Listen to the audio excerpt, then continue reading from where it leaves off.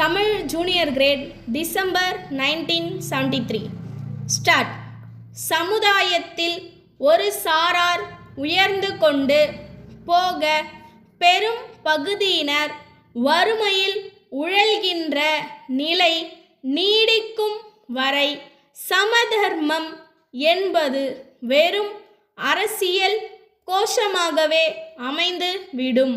சமுதாயத்தில் தாழ்ந்து கிடக்கும் அரிசனங்கள், பிற்பட்ட வகுப்பினர் ஆகியோர் அவர்களின் வாழ்க்கை வளம் பெற்றாலொழிய விடுதலை பெற்றதன் பயனையோ அல்லது நாம் நம்மை ஆளுகிறோம் என்று சொல்லிக்கொள்வதில் பெருமையோ அடைய முடியாது.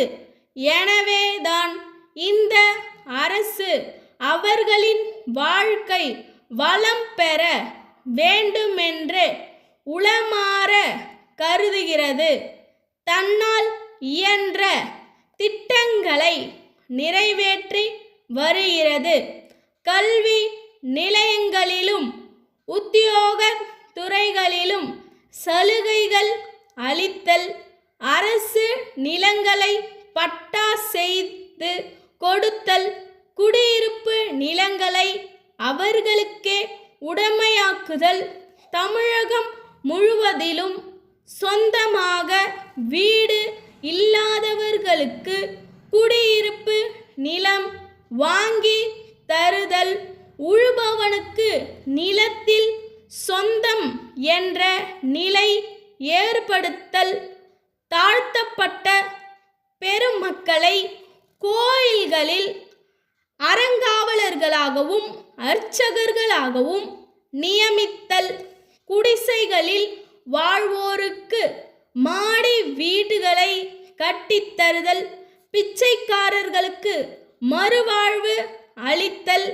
கண்ணொளி வழங்கல், கை ரிக்ஷாக்களை ஒழித்தல், இவையெல்லாம் அவர்கள் வாழ்க்கையில் முன்னேற இந்த அரசு அமைத்து தரும் படிக்கட்டுகள்.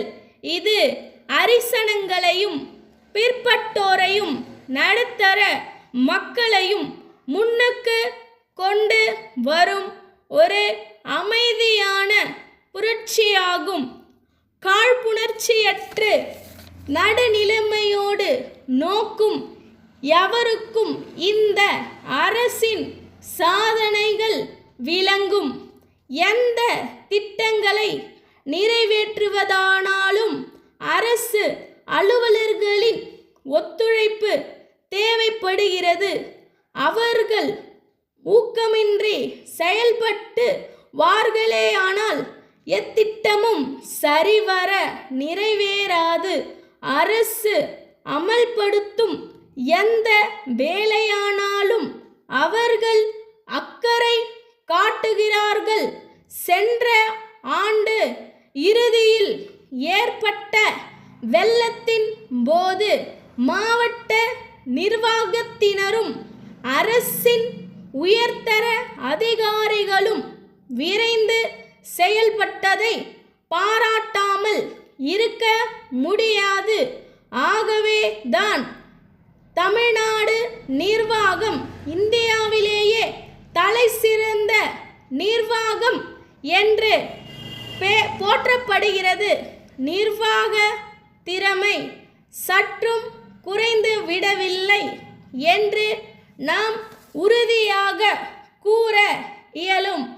குறைந்துவிட்டது என்று கூறுவது அரசியல் நோக்கத்துடன் என்பது நடுநிலையானவர்கள் அனைவருக்கும் புரியும். உணவு உற்பத்தியில் நாம் தன்னிறைவு பெற்று விளங்குகிறோம். உணவு பொருட்கள் கிடைக்கவில்லை என்ற நிலை இல்லை. பொது மேலாளர், வாசு கூட்டமைப்பு, மின் சாமான் விற்பனையாளர்கள், மண்ணடி சென்னை அவர்களிடமிருந்து திரு க. உலகநாதன், மாவு மில் உரிமையாளர், கடைத்தெரு ஈரோடு சேலம் அவர்களுக்கு நாள் 9 செப்டம்பர் 1973 அன்புடையீர், தங்களின் கடிதம் கிடைத்தது. அரிசி மில், மாவு மில் போன்ற சிறு தொழில் நிறுவனங்களில் இயங்கும் மின்சார மோட்டார்கள் எங்களிடம் சிறந்த நிலையில் குறைந்த விலையில் கிடைக்கும். வாடிக்கையாளர்களின் நலனை மனதில் கொண்டு நாங்கள் சில தனிப்பட்ட வசதிகளையும் செய்து கொடுக்கின்றோம். பிரச்சார வண்டிகள் மூலம் பல இடங்களுக்கு சென்று வேண்டிய ஆலோசனைகளை கூறுகிறோம்.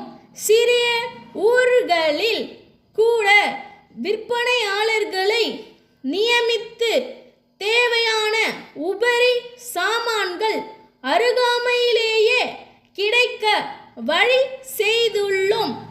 தாங்கள் ஒரு முறை வந்தால் தாங்கள் விரும்பும் மோட்டாரை வாங்கி செல்ல வசதியாகிருக்கும். எங்கள் விலை பட்டியல் ஒன்றை இத்துடன் இணைத்துள்ளோம்.